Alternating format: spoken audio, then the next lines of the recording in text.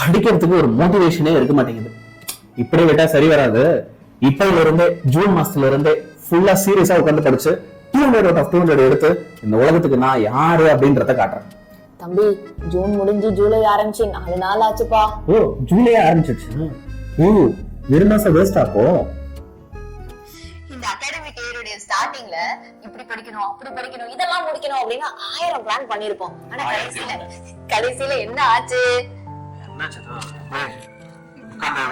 கணத்துல கை வச்சு I think நிறைய ஸ்டூடெண்ட்ஸோட நிலைமையும் அதான் இருக்கும்னு நினைக்கிறேன். நம்ம ஒண்ணு பிளான் பண்றதா அது ஒண்ணு நடந்துட்டு இருக்கும் இல்லையா?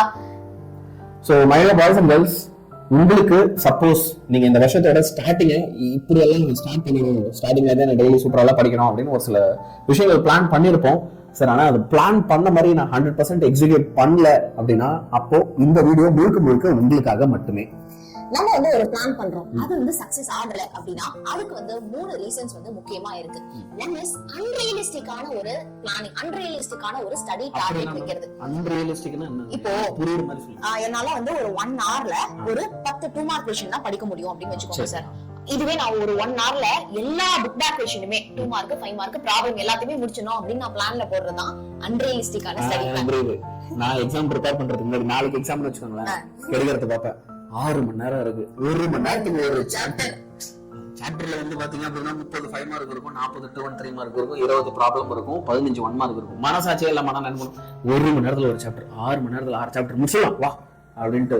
சோ அதுதான் நீங்க அன்ரியலிஸ்டிக். 3 மணி நேரம் ஆனதுக்கு அப்புறம் அரை மணி நேரத்துல ஒரு சாப்டர் முடிக்கிறோம் அப்படின்னு நம்ம பிளான் பண்ணுவோம். கரெக்ட்டா சார்? ஓகே. இது ஆக்சுவலா நான் இந்த விஷயம் நிறைய ஃபேஸ் பண்றேன். என்ன அப்படின்னா, இப்போ இன்னைக்கு சாயந்தரம் நான் ஒரு விஷயம் படிக்கணும் அப்படின்னு நினைக்கிறேன்னா எடுத்த உடனே ரொம்ப கஷ்டமானது, நிறைய படிக்கணும் அப்படின்ட்டு நினைக்கிறேன். சோ அப்ப பேசிக்கா என்ன சொல்றீங்கன்னா கம்மியா படிக்க சொல்றீங்க. அந்த நேரத்துக்கு என்ன படிக்க முடியுமோ அதுக்கு ஏத்த மாதிரிதான் பிளானே பண்ணணும். ஆனா நம்ம பிளான் பண்றப்போ ஒரு மோட்டிவேஷன்ல நம்ம பிளான் பண்ணிடுவோம், பட் ரியாலிட்டில அது நடக்காது. So first unrealistic study plan நம்ம பண்றது. ரெண்டாவது விஷயம் பாத்தீங்க அப்படின்னா நம்மளுடைய சேலஞ்சஸ் நெக்லெக்ட் பண்ணிட்டு பிளான் பண்றது. அப்படின்னா என்ன தெரியுமா? இப்போ நம்ம பிளான் பண்றப்போ நம்ம ஸ்கூல்ல என்னென்ன ஹோம்வொர்க் கொடுப்பாங்க, ரைட்டிங் ஹோம்வொர்க் என்ன கொடுப்பாங்க, அடுத்த நாள் ஸ்கூல்ல டெஸ்ட் வைப்பாங்களே அதுக்கு படிக்கணும், படிக்கலன்னா மார்க் கம்மி பண்ணி அம்மா அப்பா கூப்பிட்டுருவாங்க அப்படிங்கிறது. 5 மணி நேரம் ஹோம்வொர்க் தராங்க. நான் சொல்ல அங்க கமெண்ட்ல அவனுங்க சொல்லுவாங்க literally 5 hours of homework. 5 hours அதெல்லாம் இருக்காது சார், 2 மணி நேரம் தான் இருக்கும் அப்படின்னு நினைக்கிறேன். சரி பசங்க கமெண்ட்ஸ்ல சொல்லுங்க உங்களுக்கு ஹோம்வொர்க் கம்ப்ளீட் பண்ண எவ்வளவு நேரம் ஆகுது அப்படின்னு சொல்லிட்டு. சோ அதுதான் இப்போ ஹோம்வொர்க் பண்ண எவ்வளவு நேரம் ஆகும், ஸ்கூல் போயிட்டு வர அந்த டிராவல் டைம், நம்ம வீட்டுக்கு வந்தா கொஞ்சமாச்சும் ரெஸ்ட் எடுக்கணும், பிரேக் எடுக்கணும். அது மட்டும் இல்லாம ஸ்கூல்ல தரக்கூடிய டெஸ்டோ இல்ல ஹோம்வொர்க் இது எதுவுமே நம்ம பிளான் பண்றப்போ யோசிச்சே பாத்துக்கவே மாட்டோம். ஸ்கூல்ல விட்டு வரோம், 4 மணி நேரம் டைம் இருக்கு, இதை படிக்கணும் அதை படிக்கணும் அப்படின்னு நம்ம பக்காவா பிளான் பண்ணிருப்போம். சோ நெக்லெக்டிங் தி challenges. எக்ஸாக்ட்லி. இது என்னன்னா ஷெட்யூல் போடும்போது நமக்கு தெரியாது இல்ல. இப்போ என்னன்னா நான் இந்த சண்டே ஃபார் எக்ஸாம்பிள் மண்டேயோ டியூஸ்டேவோ நான் என்ன பிளான் பண்ணுவேன்னா இந்த சண்டே எப்படியாவது உட்கார்ந்து ஃபார் எக்ஸாம்பிள் பயாலஜில இருக்கிற லாங் ஆன்சர்ஸ் எல்லாத்தையும் படிக்கலாம் நான் ஒரு பிளான் போட்டு வச்சிருப்பேன். சனிக்கிழமை சாயந்தரம் தான் எங்க ஸ்கூல்ல ஒரு சர்க்குலர் வரும். என்ன அப்படின்னா திங்கட்கிழமை உனக்கு ஒரு வீக்லி டெஸ்ட் இருக்கு, அந்த வீக்லி டெஸ்ட்டுக்கு இதெல்லாம் படிச்சு ஒரு முட்டை தூக்கி போடுவாங்க. சோ அந்த மாதிரி ஒரு இஷ்யூ இருக்கு. நம்ம பிளான் ஒர்க் அவுட் ஆகாம இருக்கிறதுக்கு மூணாவது ரீசன் என்னது அப்படின்னா procrastination. அப்புறம் படிச்சுக்கலாம் இன்னைக்கு ஒரு நாள் தானே படிக்க முடியல, நாளைக்கு படிச்சுக்கலாம், நாளைக்கு ஸ்கூல்ல டெஸ்ட் வச்சுட்டாங்க படிக்க முடியல, நாளைக்கு படிச்சுக்கலாம், இந்த வீக்குள்ள இந்த ஸ்டடி டார்கெட் நம்ம முடிக்கிறோம் அப்படின்னு தள்ளி போட்டுட்டே இருக்கிறது. சோ இந்த 3 ரீசனை நம்ம அவாய்ட் பண்றப்போ நம்ம போட்ட பிளான் ஃபெயிலியர் ஆகாம இருக்கிறத பாத்துக்கலாம். அது ஆனா கஷ்டமா இருக்குல்ல. இப்போ ப்ரோக்ராஸ்டினேஷன் பாத்தீங்கன்னா இப்போ என்னைய எடுத்துக்கிட்டீங்கன்னா சரி இந்த வீடியோ பசங்களுக்கு பண்ணலாம் அப்படின்னு நீங்க கிட்டத்தட்ட என்கிட்ட 3 நாளா சொல்லி நானும் இது அப்புறம் பண்ணிக்கலாம்ட்டு இது நமக்குமே இந்த பிரச்சனை இருக்குல்ல. ஒரு ஸ்டூடெண்ட்ஸ் அப்ப இது எப்படி ஓவர் கம் பண்றது உண்மையுமே ஏன்டா பசங்களா? ஏன்னா ப்ரோக்ராஸ்டினேஷன் ஓவர் கம் பண்ணும் அப்படின்னு சொல்றது சுலபம், எப்படி ஓவர் கம் பண்றது அப்படின்ற ஒரு சேலஞ்ச் இருக்கு இல்லைங்களா? கண்டிப்பா. இதுதான் உங்களுக்கு ஐடியா இருக்குன்னு சொல்லுங்க. ஆக்சுவலி சார் இப்போ நானுமே எப்படின்னா நான் என்ன மாதிரினா ஸ்கூல் படிக்கிறப்பலாம் பிளானிங்க்கு ரொம்ப டைம் எடுத்து பிளான் பண்ணுவேன். தனியா அந்த நோட் மாதிரி ஒன்னு போட்டு அங்க போட்டு இத்தனை மணில இருந்து இத்தனை மணி இது பண்ணணும், இத்தனை மணில இருந்து இத்தனை மணி லைக் வேக் அப் பாத், அதுக்கப்புறம் பாத்தீங்கன்னா இந்த சப்ஜெக்ட்ல இது படிக்கணும் அது படிக்கணும், இது ஸ்கூல் டைம் ஸ்கூல் ஹோம்வொர்க் அப்படின்னு அந்த அளவுக்கு அருண் சாமி ஒரு படம் நடிச்சிருப்பாங்க. இந்த செவுத்தெல்லாம் சாட்டு ஒட்டி அங்க இருந்து இங்க ஒரு கோடு போட்டு Plan இந்த பண்ணி. ராட்சசன் படத்தெல்லாம் வந்து கொலைகாரனை கண்டுபிடிக்கிறது செவுத்துக்குள்ள அந்த மாதிரி பிளான் சொல்றீங்க இல்லைங்களா? ஆமா உள்ள பிளான் போடும்போது பயங்கரமா பிளான் கிட்டத்தட்ட 1 மணி நேரம் 1.5 மணி நேரம் அப்படின்னு சொல்லி யோசிச்சு இந்த பிளானிங்லயே ரொம்ப வந்து டைம் எடுத்துக்கும். ஆனா வந்து அந்த பிளான் வந்து மோஸ்ட் ஆஃப் த டைம் வந்து ஒர்க் அவுட்டே ஆகாது. ஆனா அதுக்கப்புறம் வந்து என் ப்ரொடக்டிவிட்டி ரொம்ப ரொம்ப இம்ப்ரூவ் ஆச்சு. அதுக்கு நான் என்ன பண்ணேன் அப்படின்னா பிளானிங் மட்டும் இல்லாம இப்போ சே ஃபார் எக்ஸாம்பிள் வந்து ஜூலை 5 அப்படின்னு டேட் இருக்குன்னு வச்சுக்கோங்க. ஜூலை 5க்கு நேரா நான் இன்னைக்கு என்னென்னலாம் படிக்கணும் அப்படிங்கிற ஸ்டடி டார்கெட் வந்து எழுதி வச்சிருப்பேன். ஆனா நம்ம என்ன பண்ணக்கூடாதுன்னா ரொம்ப டைம் ஸ்பெசிபிக்கா எழுதக்கூடாது சார். என்னன்னா இப்ப நம்ம டைம் ஸ்பெசிபிக்கா போட்டோம், காலையில இது படிக்கணும்னு நான் வச்சுட்டேன். ஆனா நீ காலையில படிக்க முடியல அப்படின்னா அப்பவே நம்ம டிமோட்டிவேட் ஆயிடும். அதுக்கு பதிலா அந்த எண்ட் ஆஃப் த டேக்குள்ள இது படிக்கணும் அப்படிங்கிற மாதிரி அதை மட்டும் எழுதிக்கணும். பக்கத்துலயே ஒரு காலம் அது வந்து நம்ம என்ன பண்ணி முடிச்சோம் அப்படிங்கிற ஃபியூச்சரை சூப்பரா பிளான் பண்ணிடுவோம். பாஸ்ட கரெக்டா எழுதணும் இல்லையா? சோ அந்த எண்ட் ஆஃப் த டேல வந்து நான் எழுதிடுவேன். ஓகே நம்ம ஸ்டடி பிளான் பண்ணதுல என்னென்னலாம் முடிச்சிருக்கேன் அப்படிங்கறத வந்து எழுதிடுவேன். என்னெல்லாம் முடிக்க முடியல, அதே மாதிரி முடிக்க முடியாம போனதுக்கு என்ன ரீசன், லைக் நான் தான் டைம் வேஸ்ட் டிவி பார்த்தோ இல்ல போன் பார்த்து டைம் வேஸ்ட் பண்ணிட்டேனா, இல்ல ஸ்கூல் டெஸ்ட் வச்சதுனால அதுக்கு படிச்சுட்டேனா, இல்ல லைக் படிக்க முடியறதுக்கு தாண்டி அதான் அன்ரியலிஸ்டிக் ஸ்டடி டார்கெட்டா நான் வச்சுட்டேனா அப்படிங்கிற ரீசனை நான் வந்து எழுதிடுவேன் சார். இந்த ரீசன் எழுதுறதுனால அடுத்த நாள் நம்ம ஸ்டடி பிளான் இன்னும் கொஞ்சம் பெட்டரா போட முடியும். சோ தட் அந்த பிளான் ஃபெயிலியர் வந்து நம்ம கொஞ்சம் அவாய்ட் பண்ணலாம். இது கண்டிப்பா நான் ஃபாலோ பண்ணி அது ஒர்க் அவுட் ஆயிருக்கு. சோ பிளான் மட்டும் பண்ணக்கூடாது, பக்கத்துல எக்ஸிகியூஷன் அது எந்த அளவுக்கு நம்ம சூப்பரா எக்ஸிக்யூட் பண்ணிருக்கோம் அப்படிங்கறதையுமே நம்ம ட்ராக் பண்ணிட்டே இருக்கணும். கரெக்ட். ஓகே. சோ இது ஆக்சுவலா நீங்க சொன்னது சூப்பராவே பசங்களுக்கு ஒர்க் அவுட் ஆகும். பசங்கள மேம் சொன்னது வந்து நீங்க ட்ரை பண்ணுங்க. பசங்களா இப்ப நான் சொல்றேன், எனக்கு வந்து ஸ்கூல்ல வந்து ப்ரோக்ராஸ்டினேஷன் அப்படின்றது ஒரு ரொம்ப பெரிய பிரச்சனையா இருக்கும். நிறைய நேரத்துல நான் புக்கு திறந்து வச்சிருப்பேனே தவிர வந்து பாத்தீங்கன்னா மைண்ட்ல ஏதாவது நமக்கு ஒரு பாட்டு ஓடினு இருக்கும். நம்ம வந்து நருட்டோல டிராகன் பால் ஜில கோகுக்கும் வெஜிடாவுக்கும் பார்த்த சண்டைலாம் ஹை டெஃபினேஷன் கிராபிக்ஸ்ல நம்ம மண்டைக்குள்ள அந்த சண்டை எல்லாம் திரும்ப ஓடிட்டு இருக்கும். ஒரு ரீவாக்ஸ் மாதிரி நம்ம பிரெயின் பார்த்துட்டே இருக்கும். ஆமா. ஆனா எப்படின்னு பாத்தீங்கன்னா இப்ப மைண்ட் வந்து இந்த புக்கு பாத்துக்கிட்டே இருக்கு பார்த்தேன் அப்படியே மைண்ட் சொல்லும் மிஸ் வராங்க இதே பேஜை வச்சுன்னு இருக்காத பேஜ் திருப்பு அப்படின்ட்டு. அவங்க இப்படி வரும்போது இப்படி திருப்பிட்டு அப்படி பாத்துக்கிட்டே இருப்பேன். அவங்களும் போயிடுவாங்க. நிறைய பேர் எனக்கு தெரிஞ்சு ப்ரோக்ராஸ்டினேஷன் அப்படின்னு வரும்போது அது இந்த மாதிரி உங்களை நிறைய பேரை பாதிக்குது. டே ட்ரீமிங் ஒரு பெரிய பிரச்சனை. ஆமா ஓவர் திங்கிங் வந்து நைட் தூங்குறதுக்கு முன்னாடி தாங்க.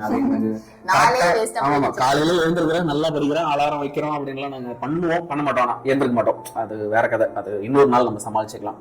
பிரச்சனை என்ன, இப்ப நான் சொன்ன இந்த ட்ரபிள் ஓவர் கம் பண்றது இருக்குல்ல, முதல் விஷயம் வந்து என்ன அப்படின்னா நான் இதுல புரிஞ்சுக்கிட்டது எந்த ஒரு டாபிக்குமே எப்படி ஓவர் கம் பண்ண முடியும் அப்படின்னா ஸ்கூல்ல நமக்கு எப்பயுமே ஒரு டெஸ்ட் சொல்லுவாங்க, ஹோம்ஒர்க் கொடுப்பாங்க.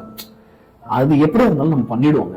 சரிங்களா? இப்ப ஒரு பேச்சுக்கு எனக்கு மேக்ஸ்ல ஒரு ஹோம்ஒர்க் கொடுக்குறாங்க, எனக்கு அது பண்ண தெரியலனா கூட எப்படியாவது நைட்டோட நைட்டா இல்ல அடுத்த நாள் காலையில ஸ்கூல் பஸ்ல போகும்போது ஃப்ரெண்டோட நோட்டை கொடுறனாவது அவசர அவசரமா காப்பி அடிச்சுன்னு போயிடுவேன். So I always study something that is not dot in school yet. நான் வேணும்ட்டா என்ன பண்ணுவேன் அப்படின்னா எதை ஹோம்ஒர்க்கா கொடுக்கலையோ அதை படிக்க ட்ரை பண்ணுவேன். அதுக்கு நமக்கு நேச்சுரலாவே ஒரு ஆர்வம் இருக்கும். எதுவுமே ஒரு விஷயம் வந்து வீட்லயே சார் நம்ம வந்து ஏதோ ஒரு வேலை செய்யலாம் அப்படிங்கறதுக்காக தான் போவோம். தட்டு கழுவுறது முக்கியமா இது நடக்கும். தட்டு கழுவுறோம் இல்ல வீடு கூட்டுறோம் அப்படின்னா நம்மளே தட்டு கழுவுதான் போவோம். ஆனா அப்புறம் தான் அம்மா பார்த்து என்ன சொல்லுவாங்க, டேய் தம்பி அப்படியே அதை செஞ்சு வச்சிரு அப்படின்னு சொன்னாங்கன்னா அப்பதான் நமக்கு செய்யணும்னே தோணாது. எக்ஸாக்ட்லி அதேதான். இப்ப எனக்கு ஒரு ஹோம்ஒர்க் கொடுக்குறீங்க, இப்போ வெள்ளிக்கிழமை டெஸ்ட் இருக்கு நீங்க படிச்சிரு அப்படின்னு போது இல்ல என் மைண்ட் வந்து எப்படி இருக்கு அப்படின்னா ஓ வெள்ளிக்கிழமை டெஸ்டா, சரி நான் வியாழக்கிழமை படிச்சுக்கிறேன் அப்படின்னு நான் தள்ளி போடுறேன். ஆனா வாட் ஐ ஃபிகர்ட் இஸ் நான் அதுக்காக தான் டெஸ்ட்டுக்காக படிக்கிறதே நிறுத்திட்டேன். எப்படி இருந்தாலும் வெள்ளிக்கிழமை டெஸ்ட்டுக்கு நான் வியாழக்கிழமை படிச்சிருவேன். இன்னைக்கு நான் என்ன படிக்க போறேன் அப்படின்னா எந்த சப்ஜெக்ட்ல டெஸ்டே சொல்லியோ இன்னும் என்ன சாப்டர் நடத்தவே இல்லையோ இல்ல ஒரு சில சாப்டர் நடத்திருப்பாங்க அதுல டெஸ்ட் இருக்காது ஹோம்ஒர்க் இருக்காது, பட் ரேண்டமா ஒரு கொஸ்டினை எடுத்து வச்சு அதுல என்னதான் சொல்ல வராங்க அப்படின்னு நான் படிப்பேன். அப்படி படிக்க உட்கார்ந்ததுக்கு அப்புறம் பாத்தீங்க அப்படின்னா எனக்கு ஒரு ஹூக்கு கிடைச்சிடும். அப்புறம் ஒரு இன்ட்ரெஸ்ட் வந்துடும், நம்ம மண் ஒரு ஃப்ளோல அப்படியே போயிடும். ஏன் அப்படின்னா மைண்ட் வந்து ஒரு விஷயத்துல கான்சென்ட்ரேட் பண்ண ஆரம்பிச்சிருச்சுன்னா அப்புறம் பெருசா அதுல இருந்து டிவேட் ஆகுது. எப்பயுமே ஒரு விஷயத்த வந்து தொடங்குறது தான் கஷ்டம் அப்படின்னு சொல்லுவாங்க. ஸ்டார்ட் பண்ணிட்டா நம்ம எக்ஸிக்யூட் பண்ணிடலாம். ஆனா அந்த ஸ்டார்ட் பண்றதுக்கு தான் இருக்கிறதுல ரொம்ப பெரிய எஃபோர்ட் தேவைப்படும். அது பொதுவாக நம்மள ஃபோர்ஸ் பண்றாங்க அப்படின்னா நமக்கு அது ஒரு கன்ஃபியூசிங் விஷயமா இருக்கும். நான் என்ன சொல்றேன், நீயே சும்மா புக் எடுத்து ரேண்டமா ஏதோ ஒன்று அடுத்த துணை பாடமே கூட படியேன். நம்ம புக்ல என்னென்னமோ கதை இருக்கு போது அதை படி. ஒன்னும் இல்லை, இப்போ பிசிக்ஸ்ல ஏன்னா பிசிக்ஸ்ல மேத்ஸ் எல்லாம் நீ ஆர்வமா படிக்க மாட்டேன் இல்லையா, அதுவும் சொல்றேன். இப்போ பிசிக்ஸ்ல நமக்கு சிலபஸ்ல இல்லாத அங்கங்க டப்பாவா ஒரு சில ஜெனரல் நாலேஜ் விஷயம் எல்லாம் கொடுத்துருப்பாங்க சாப்டர்ல. சும்மா அதை எடுத்து படிக்கிறதுக்காக புக் எட உனக்கே தெரியாம ஒன்னு ரெண்டு கொஸ்டின் நீ படிப்பு சரியா. அண்ட் எல்லாத்தையும் சின்ன சின்ன டார்கெட்டா வச்சுக்கோ. மேம் முன்னாடி சொன்ன மாதிரி எதுவுமே ரொம்ப பெரிய டார்கெட்டா வேணாம். இன்னைக்கு நான் 1/2 மணி நேரத்துல 10 மார்க் முடிக்க போறேன். அப்படியே எவ்வளவு 1/2 மணி நேரத்துல ஒரு 3 மார்க்க படிச்சு எழுதி பார்த்துருவோம் அப்படின்னு உட்கார் சரியா. 1/2 மணி நேரம் 40 நிமிஷம் ஆச்சுன்னா தப்பு இல்ல, 45 நிமிஷம் ஆச்சுன்னா தப்பு இல்ல. அதுக்கு நம்ம ஈகோ ஒத்துக்கணும் இல்ல.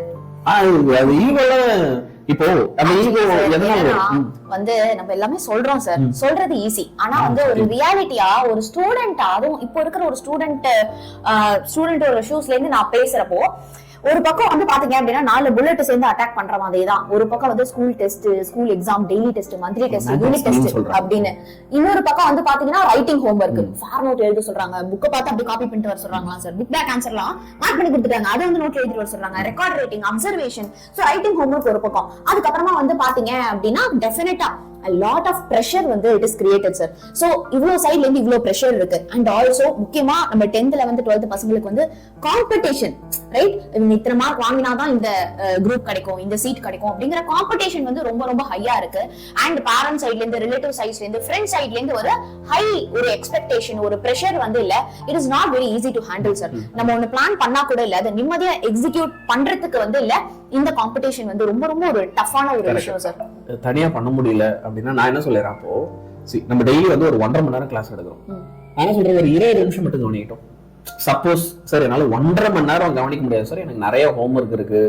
அதாவது நான் என்ன இது யாருக்கு சொல்றேன் அப்படின்னா, என்னால தனியா படிக்க முடியல, எனக்கு ப்ரோக்ராஸ்டினேஷன் இருக்கு, கிட்டத்தட்ட இப்படியே ஒரு மாசம் நான் வீணாக்கிட்டே போறேன் இப்படின்ற ஸ்டூடெண்ட்ஸ் எல்லாருமே என்ன பண்ணலாம், ஹோம்வொர்க் எல்லாமே இருக்கட்டும், ஒரு சின்ன டார்கெட் வச்சுக்கலாம். ஓகே, இன்னைக்கு 12th 1.5 மணி நேரம் இன்னைக்கு வந்து வேதாந்தூர்ல கிளாஸ் எடுக்கிறாங்க அப்படின்னா 20 நிமிஷமாவது மினிமம் பாத்துருவோம்.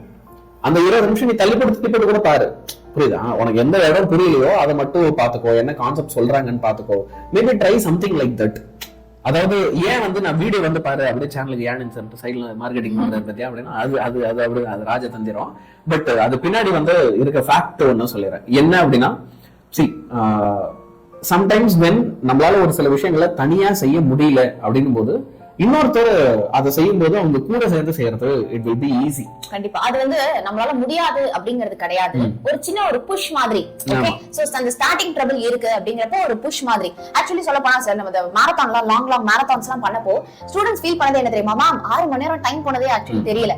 6 மணி நேரம் டைம் போனதே தெரியல, அழகா நம்ம 5 சாப்டரோட ஷார்ட் ஆன்சர்ஸ் ஃபுல்லாவே வந்து கம்ப்ளீட் பண்ணிட்டோம் அப்படிங்கறதான். சோ அது எல்லாரும் சேர்ந்து படிக்கிறப்போ அந்த ஒரு எனர்ஜில வந்து நமக்கே தெரியாம நம்ம நிறைய வந்து கம்ப்ளீட் பண்ணிடுறோம். அதுக்கப்புறம் நம்ம தனியா உட்காந்து ப்ராப்பரா ரிவிஷன் பண்ணாலே வந்து போறோம்.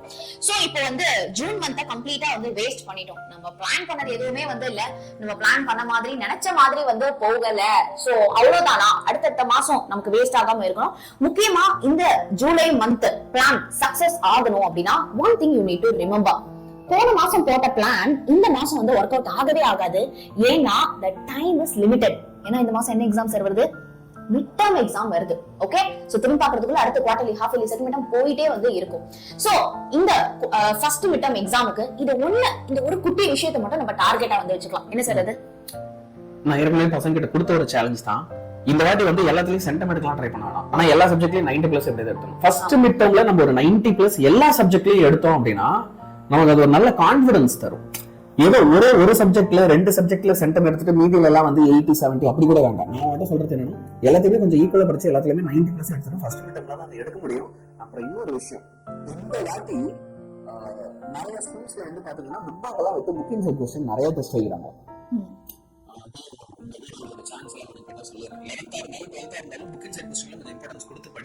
நிறைய ஸ்கூல்ல ஸ்பெசிஃபிக்கா புக்கிங் சைடு நிறைய டெஸ்ட் வச்சிட்டு இருக்காங்க. மேபி ஃபர்ஸ்ட் மிட் டர்ம்ல கொஞ்சம் புக்கிங் சைடு அதிகமாவே எதிர்பார்க்கலாம்.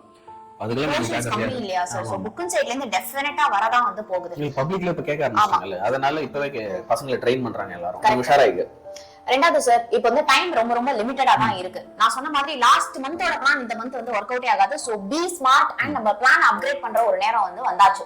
ஓகே, சோ என்ன படிக்கிறது ஏது படிக்கிறது அப்படின்னு பழைய வாட்டி மாதிரி நம்ம லைன் பை லைன் இப்போ வந்து நீங்க உங்களுடைய பிளானிங் வந்து வச்சுக்காம keep it very simple. Okay, so ஒண்ணுமே படிக்காத ஸ்டூடெண்ட்ஸ், நான் ஒண்ணுமே படிக்கல மேம் அப்படிங்கிறவங்க start with book back questions. Okay, so கம்ப்ளீட்டா இந்த ஃபர்ஸ்ட் மிட் டர்ம் போர்ஷன் உடைய புக் பேக் क्वेश्चंसலாம் முடிச்சிட்டோமா, அப்போ நம்ம 70% சேஃப் அப்படிங்கிற ஒரு பெஞ்ச்மார்க் வந்து வச்சுக்கலாம். அதுக்கப்புறமா புக் அண்ட் சைட்ல இருக்கக்கூடிய இம்பார்ட்டன்ட் क्वेश्चंस நம்ம வந்து படிக்க போறோம். சோ மேம், இந்த book back questions plus book and side important இது மட்டும் நீங்க ஒரு PDF கொடுத்தா பெட்டரா இருக்கும் அப்படிங்கறவங்க கண்டிப்பா கமெண்ட்ஸ்ல வந்து கேளுங்க.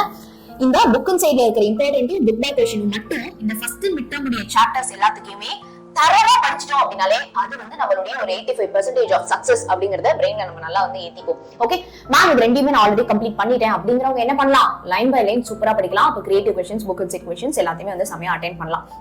ஓகே. சோ சார் நிறைய வந்து பசங்களுக்கு வந்து இந்த ஒரு ஹை காம்படிஷன், லைக் அவன் என்ன விட்டுட்டு அவன் நிறைய படிச்சிடறான் அண்ட் வீக்கையும் கம்பேர் பண்ணிட்டே இருப்பாங்க இந்த ரிலேட்டிவ்ஸ் கசின்ஸ் கூட எல்லாம், அவன் அவ்வளவு படிச்சுட்டான் இவன் இவ்வளவு படிச்சுட்டான் அப்படின்னு சொல்லிட்டு. சோ எப்படி அவனை விட அதிக மார்க் வாங்குறது, எப்படி நான் ஃபர்ஸ்ட் ரேங்க் வாங்குறது அப்படின்னு மத்தவங்க கிட்ட போட்டி போடுறது வந்து நெவர் எண்டிங்கா போயிட்டே இருக்கு சார். ஏன்னா நம்ம என்னதான் நல்லா படிச்சாலும் இல்ல, ஒரு எண்டே இல்லாத மாதிரி நமக்கு மேல இப்படியும் ஒரு 4 பேர் இருக்கதான் இருக்காங்க. நம்ம கிளாஸ்ல நம்ம ஃபர்ஸ்ட் வந்துட்டா கூட சார் செக்ஷன் பக்கத்து செக்ஷன்ல இதை விட அதிக மார்க் வாங்கிட்டாங்க. காமர்ஸ் குரூப்பா கூட பக்கத்து கண்ட்ரி ஏலியன்ஸ் எல்லாம் கண்டுபிடிச்சதுக்கு அப்புறம் பக்கத்து பிளானட்ல நம்ம வந்து கம்பேர் பண்ண புரியுதா? மார்ஸ்ல இருக்கிற அவன் எப்படி உயிரை கொடுத்து படிக்கிற, நீ என்னடா படிக்கிற எர்த்லிங் அப்படின்னு நம்ம திட்டத்தை டாப்பா வந்தா கூட யூனிவர்சிட்டில கேட்பாங்க. நடக்கதான் செய்யும்.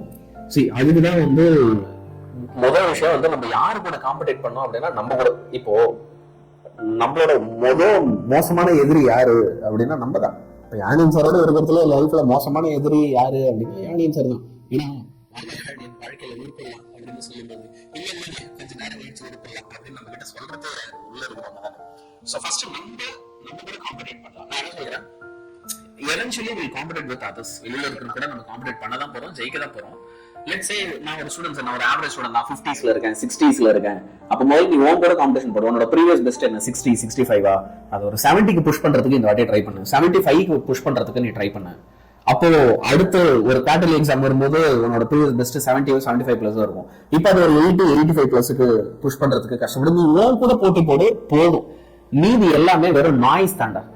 ஓகே, மத்தவங்க கூட உன்னை எல்லாருமே கம்பேர் பண்றது எல்லாமே வெறும் தேவையில்லாத நாய்ஸ் தான். ஆனா நீ உன் கூட போட்டி போட ஆரம்பிச்சுன்னா eventually you will get to 100. once you get to 100 உன்னை யார் கூடயும் கம்பேர் பண்ண வேண்டிய அவசியம் அப்படின்னு ஒண்ணு இருக்காது. புரியுதா? நீ 100 எடுத்ததுக்கு அப்புறமும் வந்து பார்த்தோம்னா யாராவது சொல்றாங்களா, அங்க பாரு செவ்வாய் கிரகத்துல இருக்கிற ஒரு உயிரினம் எவ்வளவு நல்லா வேலை பார்க்குது தெரியுமா, அதெல்லாம் வந்து படிச்சுக்கிட்டே வேலைக்கு போயிட்டே வந்து விஞ்ஞானியா ராக்கெட்டுக்கு விண்கலங்கள்லாம் அனுப்பிட்டே ஸ்கூலுக்கு போய் தெரியுமா அப்படின்லாம் நம்ம கிட்ட ஏதாவது சொல்லுவாங்க. அது பார்த்துக்கலாம். Yes. So அந்த அல்டிமேட்டா நமக்கு என்னடா வந்து ஒரு ஆசை வந்து இருக்கணும் அப்படின்னா to become the best version of ourselves. இல்லையா? நம்மளோட பெஸ்ட் ஏதாச்சும் ஒரு எக்ஸாம் நம்ம கொடுத்துருக்கோம். லைஃப்ல ஒரு வெர்ஷன் ஆகுது, நம்மளுடைய பெஸ்ட் வெர்ஷன் இதாண்டா நம்ம ஆசைப்பட்டு அந்த பெஸ்ட் வெர்ஷன் அடையணும் அப்படிங்கிறது. சோ அதுக்கான ஒரு முதல் ஸ்டெப்பா நம்ம மைண்ட் என்ன தெரியுமா வந்து ஃபிக்ஸ் பண்ணணும். ஜாலியானா நான் இது எப்படின்னு சொல்றேன், நான் பசங்க புக் எடுத்தாலே ஐயோ படிக்கணுமா அப்படி எடுக்கிறாங்க, அந்த ஜாலி சொல்றேன். அதாவது what I feel my dear பசங்களா, வாழ்க்கை அப்படியே வெறுத்த மாதிரியே வாழாதீங்கடா. நீ படிக்கிறது கொஞ்சம் ஜாலியா படி. ஓகேவா? What ever you try to to. நீ ஒரு டெஸ்ட் எழுதுறியா, நல்ல ஜாலியா அந்த டெஸ்ட் எழுது. சார் ஜாலி ஜாலி என்னங்க ஒரு கொஸ்டினுக்கு நமக்கு ஆன்சர் தெரியும்னா சந்தோஷமா எழுத வேண்டியதானே. ஆனா பிரச்சனை என்ன அப்படின்னா மறந்துடுமோ, அது மறந்துட்டு போகுது. ஆனா ஞாபகம் இருக்கிற வரைக்கும் ஜாலியா எழுதுவோம். இப்போ ஒண்ணுமே இல்ல, மார்க் கம்மியாயிடுச்சு அப்படின்னு என்ன, இப்போ பரவாயில்ல. இப்போ if I am very confident அடுத்த டெஸ்ட்ல என்னால நல்லா படிச்சிட முடியும் அப்படின்னா நம்ம ஜாலியா இருக்கலாம், தப்பு இல்ல. ஜாலியா இருக்கிறதுனா இங்க என்ன பிரச்சனை ஆயிடுதுன்னா, எந்த வேலையும் செய்யாம சும்மா இருக்கிறத ஜாலி அப்படின்னு கிளாஸிஃபை பண்ணிடுறாங்க. அதை நான் சொல்ல வரல. இப்போ வீ ஒர்க் இல்லையா, நம்ம கிளாஸ் எடுக்கும்போது நம்ம ஜாலியா தானே எடுக்கணும். ஏதாவது ஒரு நாள் வந்து நம்ம டென்ஷனா எடுத்துருக்கோமா இல்ல, ஏன்னா we like to do it. Class முடியும் போது இன்னும் 1.5 மணி நேரத்துல கிளாஸ் முடிக்கணுமே அப்படின்ற மாதிரி தான் இருக்கும். ஏன்னா இப்போ நான் முடிச்சாதான் நீங்க கிளாஸ் எடுக்க முடியும், நீங்க முடிச்சாதான் நான் கிளாஸ் எடுக்க முடியும் போது we feel like ஐயோ முடிய போதா அப்படின்ட்டு. அந்த ஒரு சென்ஸ் நமக்குள்ள வந்து போச்சுன்னா லைஃப் என்ஜாய் பண்ண ஆரம்பிச்சிரும், படிப்பை என்ஜாய் பண்ண ஆரம்பிச்சிரும். அதுக்காக சொல்றேன். நம்ம பண்றது ஆக்சுவலி நான் சொல்லலாம் சார், எனக்கு அந்த கிளாஸ்க்குள்ள போற வரைக்கும் லைஃப் ஸ்டார்ட் பண்ற வரைக்கும் இல்ல இன்னைக்கு பண்ணணுமா அப்படியா இருக்கே அச்சோ அப்படிதான் சார் இருக்கும். ஆனா ஸ்டார்ட் பண்ணதுக்கு அப்புறமா ஐ டெரிபிளி என்ஜாய் த கிளாஸ். அது வந்து ஸ்டார்ட் பண்ணதுக்கு அப்புறம் வந்து டைம் போறது ஆக்சுவலி வந்து தெரியாது, ரொம்பவே வந்து ஜாலியா இருக்கும். பிகாஸ் நம்ம பண்றதை புடிச்சு பண்ணோம் அப்படின்னா லிட்டரலா நம்ம வந்து அதுல நம்மளுடைய பெஸ்ட் வந்து தாராளமா வந்து கொடுக்கலாம். ஓகே, சோ அதுதான்டா நம்ம மத்தவங்க கூட காம்பீட் பண்ணிட்டே இருந்தா வச்சுக்கோங்க, அதுக்கு ஒரு எண்டே இல்லாம போயிட்டே இருக்கும். அது பிரெயின்ல ஒரு ப்ரெஷர் வந்து கிரியேட் பண்ணி கொடுத்துட்டே இருக்கும். நீ என்ன மார்க் வாங்கினாலும் உனக்கு சந்தோஷமே வந்து இருக்காது.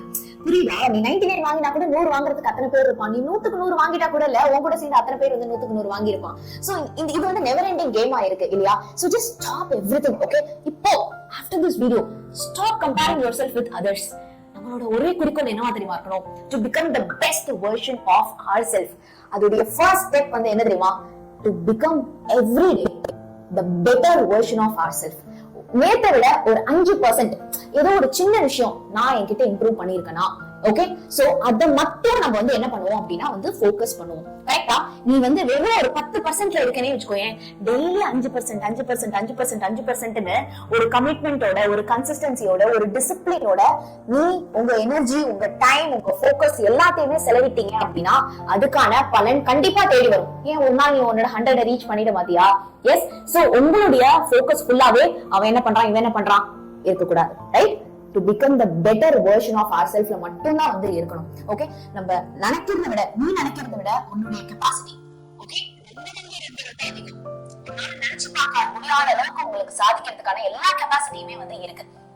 இது வரைக்கும் நீ வந்து பிளான் பண்ணது எல்லாமே ஃபெயிலியர் ஆயிருக்கலாம். இது வரைக்கும் ஒரு வாட்டி கூட நீ ஆசைப்பட்ட மார்க் நீ வாங்காமே இருந்திருக்கலாம். இது வரைக்கும் நான் ஒரு வாட்டி கூட கிளாஸ்ல டாப் 10 ரேங்க் வந்ததே இல்லமா, ஃபர்ஸ்ட் ரேங்க்லாம் நான் என் லைஃப்ல எடுத்ததே கிடையாது அப்படின்னா இதுக்கப்புறம் எடுக்க முடியாது அப்படிங்கிறது கிடையாது. அதை ஃபர்ஸ்ட் பிரெயின்ல நல்லா வந்து ஏத்திக்கோங்க. சரியா? So believe in your self. நாங்க எல்லாருமே கம்ப்ளீட்டா உங்களை வந்து ரொம்ப ரொம்ப வந்து ட்ரஸ்ட் பண்றோம். இந்த வீடியோ பாக்குற ஒவ்வொரு குழந்தைகளுக்குமே சென்டம் எடுக்கிறதுக்கான ஒரு கெபாசிட்டி கண்டிப்பா வந்து இருக்கு. நீங்க இதுக்கு முன்னாடி ஃபெயில் ஆயிட்டு இருந்தாலும் பரவாயில்ல, ஆவரேஜ் ஸ்டூடெண்டா இருந்தாலும் பரவாயில்ல, டெஃபினட்டா வந்து உங்களுக்கு சென்டம் ஸ்கோர் பண்றதுக்கான ஒரு கெபாசிட்டி வந்து இருக்கு. உங்க டார்கெட் சென்டம் வேண்டாம், 600 வேண்டாம், 200 கட் ஆஃப் வேண்டாம், எவ்ரி டே ஒரு 5% இம்ப்ரூவ் பண்ணிட்டா you have to feel happy. ஓகேவா? அத மட்டும் இன்னைக்கு ஒரு குட்டி டார்கெட்டா எடுத்துக்கலாமா? சோ இந்த வீடியோ பாக்குற எல்லாருமே I will become the better version of myself அப்படிங்கறத கமெண்ட்ல சொல்லுங்க.